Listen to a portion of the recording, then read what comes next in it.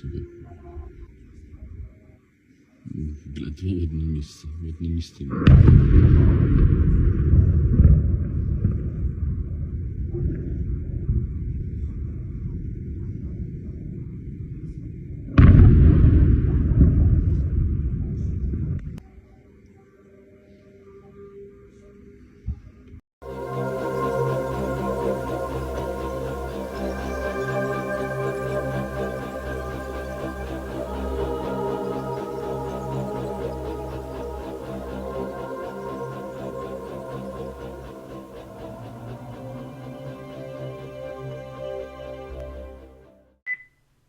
Well, hello, that's me again. Today is May 24, 2025. It is Friday, and let's not procrastinate and get to our goal, so to speak. It is a sort of, the weekend update of sorts, and we'll start with what you see in the beginning, and what you see in the beginning, you also can go to my blog. You know where my blog is, and also see in detail and description of how effective, quote unquote, is, air defense provided by NATO, primarily by the United States, but also by the other NATO countries, which defends, and again, quote unquote, Kiev, the capital of the best proxy NATO ever had. And fact is, as has been stated many times by very many people, Ukraine is de facto NATO member with the exception of the Article 5. So, and yeah, it's pretty much misses everything, and I don't know, we have to wait and, for after action assessment, and see what really has been hit in terms of the remnants of this air defense, but the very many, in fact, is all designated targets which have been such as the Antonov plant, whatever was remaining of it is gone now, and you can see yourself, and we can take a look at why this happened. I mean, first we're gonna go for technical reasons. I mean, speaking frankly, tactical, if you wish, So let's take a look. If you look at yesterday's losses of armed forces of Ukraine, you can see yourself. But look at this. In 24 hours, they launched 624 drones against Russia. In 3 days, actually, they launched more than 1,100. So, and, then today it was fewer, 174 only, and Russians looked and they said, okay, why don't we create a fireworks over Ukraine? And they did. And as the result is the, what can I say, very, very, how to put it, active night all over Ukraine. And for example, one of the ships carrying all kinds of ammo and those UAVs, surface, whatever they cutters, sea drones, was also hit by Iskander, and some people say that, oh my god, they improved so much in terms of accuracy. Yeah, I mean, Iskander had a very good accuracy to start with, so yeah, if it went from, let's say, 10 meters to something like, I don't know, 1 meter, it makes very little difference. The target will be hit one way or another, and all this action, all this actually knee-jerk reaction from Ukraine in terms of launching all those drones against Russia is explained in a very few words. And let's start with actually Russians are already in Yunakovka today, but if you take a look at movements on the front, you can see yourself the configuration of the front. We go to our good friend Marat Khairulin, and I know people say, yeah, it's not Marat who does these maps. Yes, I know, it's his military friends, but you can take a look at it, and it was yesterday. And this is just Donetsk operational axis, and you can see yourself, for example, Atradne, which is their orange color, but everywhere you see those red arrows, and as the result, the front is destabilizing for armed forces of Ukraine, well, for NATO. Let's not, play with the words here. And as the result, you see what is happening. The new cauldrons are being created, and this is just the part of it.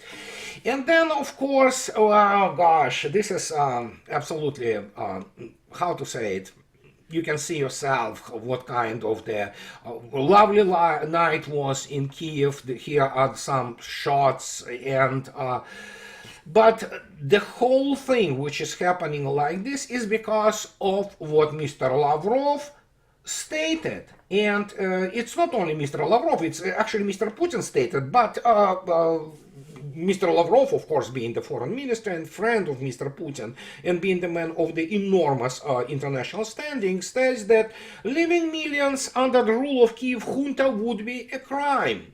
Okay, what does it mean, one may say? What it means is what I've been talking about with the new introduction of the, not really new, it's introduction of the old term of by Mr. Putin, and then now by every single important official from Russia, that of Malorussia. And I made a video specifically pointing out to Malorussia what Malorussia is. It is historic term. It is historic term which popped up essentially big time during Catherine the Great rule. And so here Mr. Lavrov speaks about the fact that speaking at a conference in Moscow on Friday, Russia's top diplomat pointed out that Kiev authorities have effectively banned the use of the Russian language, despite being the native tongue of a large proportion of the population. Yes, it's not just only about language, it is also about canonical Ukrainian Orthodox Church, which has been, well, let's put it this way, there are many issues with this Orthodox Church, but at least, the people attend those, churches, and it has the right to exist. And so he talks about that we cannot leave people under the rule of the regime that is currently there. And he talks about junta and all that, and here is the key point. The minister also reiterated that while Russia is prepared to negotiate with Zelensky and his administration about the principles of resolving the Ukraine conflict, the issue of his legitimacy will be crucial when it comes to actually signing settlement documents. Well, what can I say? This is the sentence to official sentence to Zelensky regime, and Russians say, yeah, we're gonna talk, we're gonna negotiate, absolutely, which of course they understand. It's the United States behind, and the Kiev regime, and also the obviously European Union. But Russians say we always have been ready to negotiate. The problem is, of course, how you approach the final solution, so to speak, of this crisis. And here is the main thing. It is, of course, about buffer zone. This is what Mr. Putin stated, and this is, the thing which absolutely terrified, essentially, Zelensky regime, and of course his curators from NATO. And if you take a look, a very interesting thing from this map, obviously I will discuss now why this map, well, it's kind of let's wait and see. You see this? It used to be a very different map, and suddenly after those communications by not only Mr. Putin but by leading Russian generals about this zone, suddenly everybody recognized that the buffer zone, which will make sure that no long-range weapons of the Kiev regime and NATO can actually hit Russian territories, which are, of course, Russian territories, including the Donbas republics. They are talking about, obviously, Kherson. They're talking about Zaporozhye, but it's also Belgorod, it's also Bryansk, it's all Kursk. These are all Russian territories. So what does it mean? It means that Chernigov, Sumy, and Kharkov oblast of former Ukraine become a focus of the Russian activity, military activity, which Mr. Putin already stated that Russian armed forces are busy dealing with those buffer zones, which eventually will become gray zones and demilitarized zones. And the only issue here are Russians going to go all the way to Kiev or take Kharkov? Well, maybe. I don't know. I'm not into in the general stuff, but I mean, there are all kinds of those, so-called experts, most of them without any kind of the military background, which begin to say, oh yeah, the range of the or length, or rather width or depth, if you wish, of those buffer zones should be at least 80 kilometers because this is kind of average range of HIMARS. Some people say it has to be 300 to 500 kilometers, which is, of course, the range of the ATACMS and the range of the those storm shadows. I don't know which one will be there, but there is. I have my friends. I'm not gonna name them. Who send me an email and say, "Hey, this is the map which we have. Is this true? Does it make it any sense?" I say, "Yeah, the map is pretty legit. Not the one which I showed you. There's another map, and it is legit. And the question was, does Russia have forces to enforce this? Yes." Russia has forces. And again, remember Putin, we didn't even start yet. And again, you have to understand, apart from the lines of combat contact, which is the front, 1,200 kilometers long, Russians have 700,000 troops.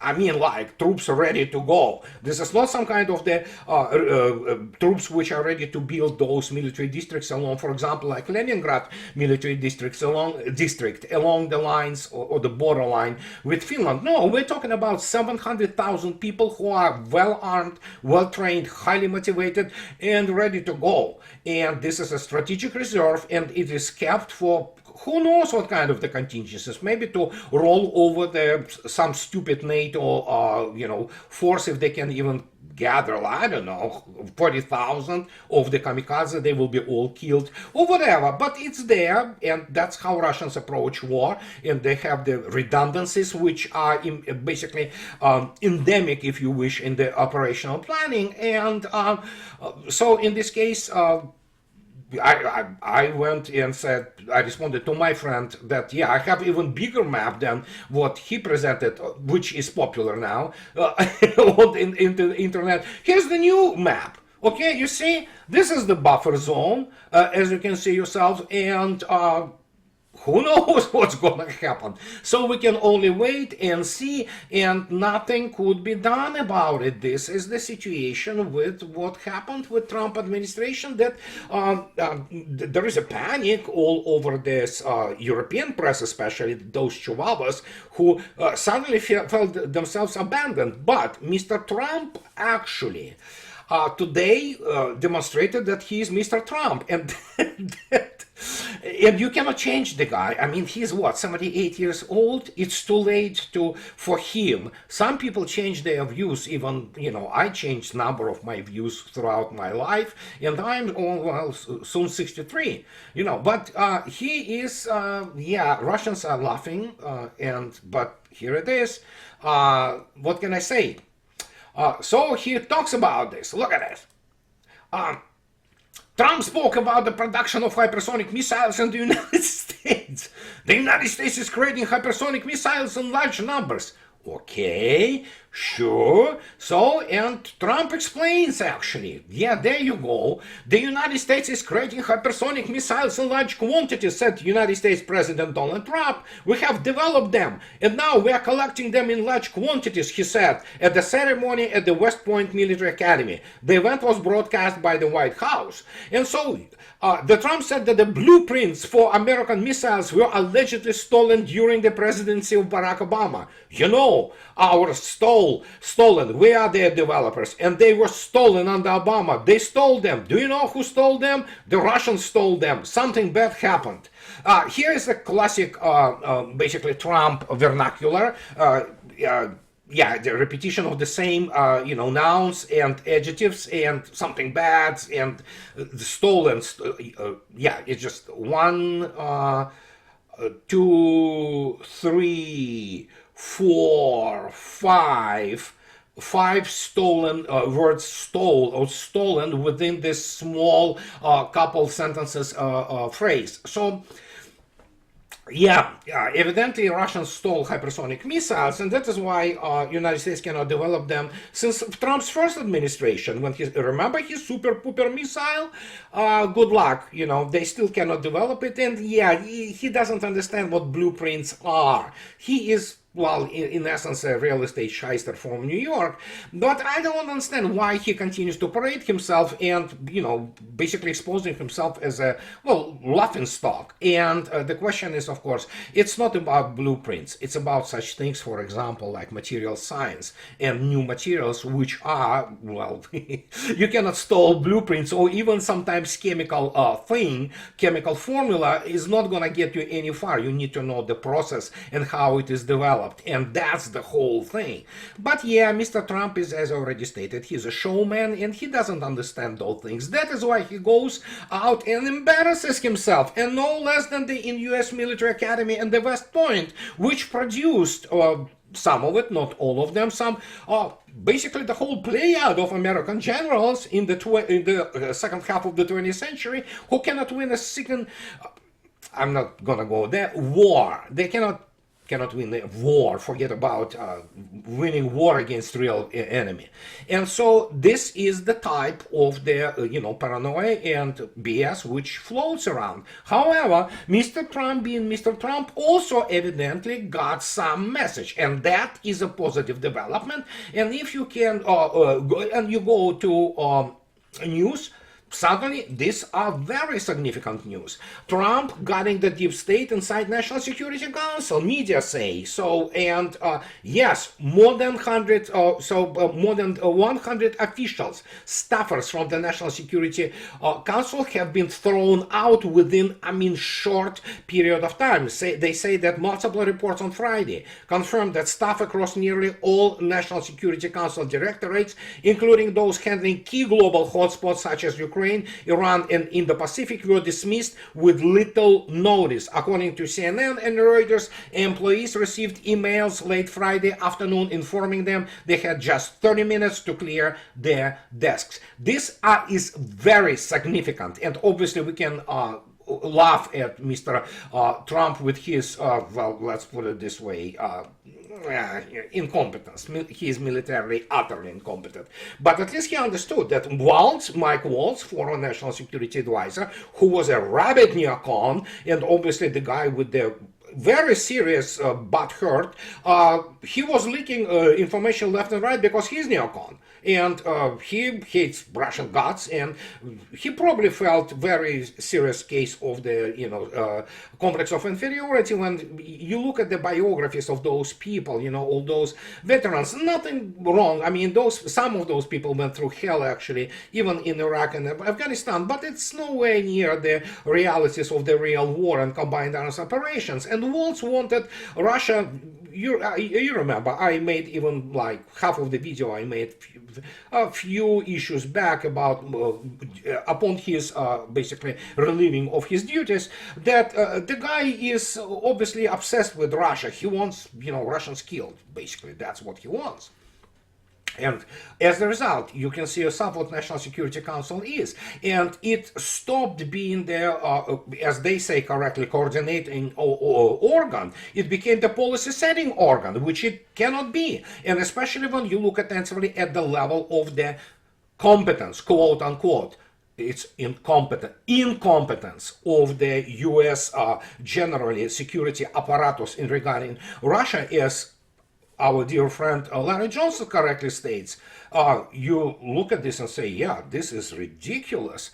How those people, they're nincompoops, they are all those people from those universities with useless degrees, and they do not understand the subject matter, they do not understand what they are dealing with, they live within this alternative universe, this American alternative military and political and geopolitical and economic universe, and as the result, they drive some ideologies for it, instead of working for the President of the United States, who is only responsible per Constitution for setting foreign policy of the country.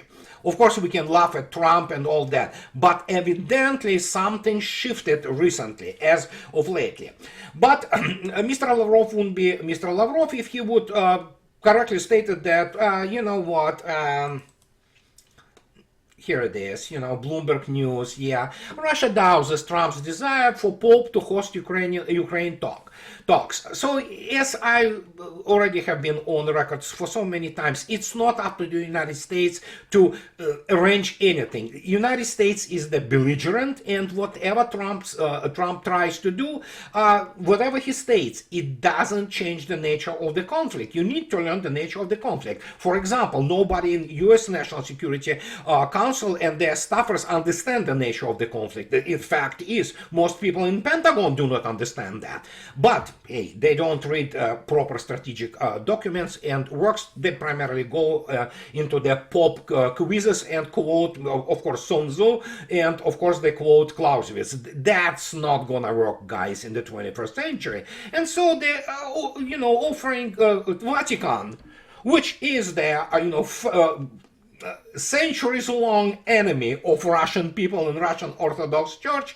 you have to be not very bright to offer the Vatican as hosting their talks there. Well, Mr. Lavrov already stated that it's not elegant, to put it mildly, and I quoted him, not unelegant. Well, show me anybody except Witkov, for example. Yeah, the guy is just simply a nice guy, plain and simple. But show me anybody elegant from US administrations in the last 30 years. There is nothing, no elegance. It is all soap opera and Jerry Springer show. That's what is this all about. And when you look attentively and compare that, for example, to statue and behavior of such people like, of course, Vladimir Putin's administrations, or, for example, of course, Comrade Z and his diplomatic corps, these are elegant people. They are highly cultured, unlike it is the Washington, D.C. They are highly educated, unlike it is the case with the Washington, D.C. And as the result, you see yourself what is happening, the dynamics of this whole, situation, let's put it this way. So, and this is just one of the issues related to the whole, so to speak, situation with Trump and even Mr. Zaluzhny, he's a butcher. Yeah, Mr. Zaluzhny. Syrskyi is the butcher too. The NATO cannot produce any normal, competent general, and these are the guys who have been trained, retrained within the NATO framework. Mr. Syrskyi, for example, has been responsible for the transformation of the Ukrainian military to NATO standard. And former Ukrainian commander, even he says Ukraine cannot restore post-Soviet borders. Well, yeah, he should know, and, well, what can I say? When you have those people saying those things, obviously Mr. Zelensky doesn't feel very comfortable. And yes, even Sky News now reports that, why Russian troops are massing near Ukraine's fortress city. After pushing Kiev's troops out of Kursk, Russian forces are gathered across the border from Ukraine's second largest city. What happens now? Yeah, well, they talk about Kharkov. Russians are not going to go inside Kharkov and start actually blowing things out. They will allow it to ripe, overripe, and then this basically rotten fruit will fall to the ground. And there is no necessity to actually kill civilians, and for Russians lose their troops just, basically taking this Kharkov into combat way. No, it's going to be essentially squeezed for all what is happening there, and they will just run themselves, the same as what is I explain very often to my friends, the push of the Ukrainian army, on the Ukrainian army from the Russian armed forces is very simple. They need to run westward. Russians do not want to have 150 to 100,000 prisoners of war if they conduct this big Red Arrow offensive and then take care of them. Nobody wants that. It's very expensive, and yeah, you need to, in this case, you need to, well, expand not only resources per se, you need to essentially have people who will guard them, work with them, and things of this nature. So it's expensive. So they have to run westward to Kiev and everywhere and destabilize the political situation there, which is already destabilized enough. And if that hasn't been enough, and we go now further, this is another funny thing. If that, Mr. Trump talking about the hypersonic weapons, which United States simply doesn't have and is nowhere near of developing proper hypersonic weapon. Mr. Larison, the respectable American historian, and he talks about that our government wants to pour hundreds of billions and possibly trillions of dollars into something that will make the U.S. less secure than it is today. He is talking about, Mr. Larison talks about this Golden Dome thing. And he mentions Mr. Michael O'Hanlon. Mr. O'Hanlon cheers on the president's unworkable, ruinous missile defense project. And he quotes Mr. O'Hanlon that there's another good reason to support Mr. Trump's aspiration, the frayed, maybe irreparably damaged state of offensive nuclear arms control. And he talks about the surest way to kill of arms control for a generation. Well, it already happened. It's a fait accompli. But still, US busy working on a system intended to make their arsenal useless when he talks about about China and Russia. Well, United States cannot make a Russian arsenal useless because, together with Michael O'Hanlon, it has to be understood. United States is now a couple generations behind their kinetic means, and yeah. Certainly there will be a lot of money and there will be a lot of CGI graphics about showing about how this Golden Dome supposed to work. But Mr. O'Hanlon, look at Mr. O'Hanlon's background. O'Hanlon, he actually works for the Brookings Institution, and he's a typical Pentagon Worm, who was Washington D.C. insider. That means with his degree in physics from Princeton University, he still doesn't understand what war is. If you look at his biography, he went into the Peace Corps. He was acting strangely like probably some kind of the intel asset, most likely. But I mean, Brookings Institute, especially in terms of the military, they are simply not good. There are no people there, including Michael O'Hanlon and very many in the so-called scientific community, who understand what they're trying to do. Mr. O'Hanlon, while in Princeton actually, and working on his, after his thesis, master's thesis on physics, he was actually the part of the group of people who wanted to disprove Einstein's theory of relativity. So as you can see yourself, the guy is obviously very competent. I'm being facetious, of course. And any idea of all those people, including those, I'm not going to be naming names here, all those master's degree and PhDs in physics, they have no clue, actually, in what shape the United States is militarily. And last video, I was talking about why I was... sardonic, essentially. United States Air Force wants to defend its ace, agile, combat employment, things like that, all those airfields for the U.S. Air Force with SHORAD, as you saw yourself, in the beginning. So there's no air defense in the world, with the exception, of course, Russian-made air defense, which can stop any kind of the serious salvo by Russian modern missiles and drones. And even Times, it's the Times, it's British, it's, they are basically coming with the, essentially, how to say it, grim conclusion for this.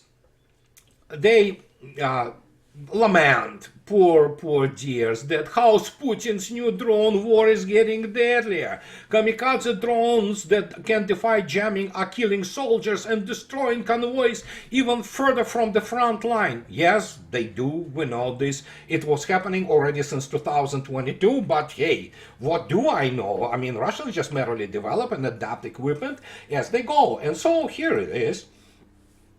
Russia has taken the lead in the drone race, outproducing Kiev in the manufacture and use of medium-range FPV drones and fiber optic variants that have changed the shape of the entire 1200 front line. No, they didn't. They're obviously a very important part of it, but again, you cannot explain to average British journo what artillery is, what the weight of the salvo fire, impact, and things of this nature. They are simply, ignorant militarily. And so they are talking about, they obviously, as always, they go to Ukrainians and ask them, instead of talking to Russians, and yeah, no respecting Russians should talk to any kind of the British journalist. And so, except for the alternative media, we know the number of the great British guys who actually, not journalists per se, but they do journalist work. But so here they are.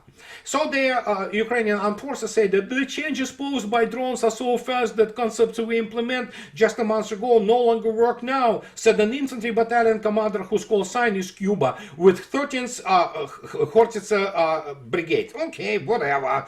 So, but the point is, Russians, and I already spoke about this when I spoke to Garland Nixon last Thursday, that Gerasimov is not there just to win it. He knows he won it. He knows that he is the greatest military leader of the 21st century. He's just the scale of the guy is such that there is nobody who even touches his feet. And we are talking about obviously excellent work by not only Russian armed forces but Russian general staff, which is, again, nobody touches them even close to their efficiency and the way they plan operations. No, but what Gerasimov is doing, and it has been stated already for last 3 years, he is shaping Russian military to be unassailable, untouchable until through 2050 at least. He is working on his legacy. He knows, and we all know, he is, as already stated, greatest military leader of the 21st century. And it's not a secret. People read, people try to study what is happening there based on the objective reality, not the BS from Pentagon and NATO, which is, of course, relies completely on this Ukrainian propaganda, essentially. So, but it is what it is. And this was my, so to speak, food for thought for you guys for the weekend, and you can call it weekend update. And as always, guys, those who like what I do, please subscribe to my channel, and those who can afford, please support me on Patreon or buy me a coffee too.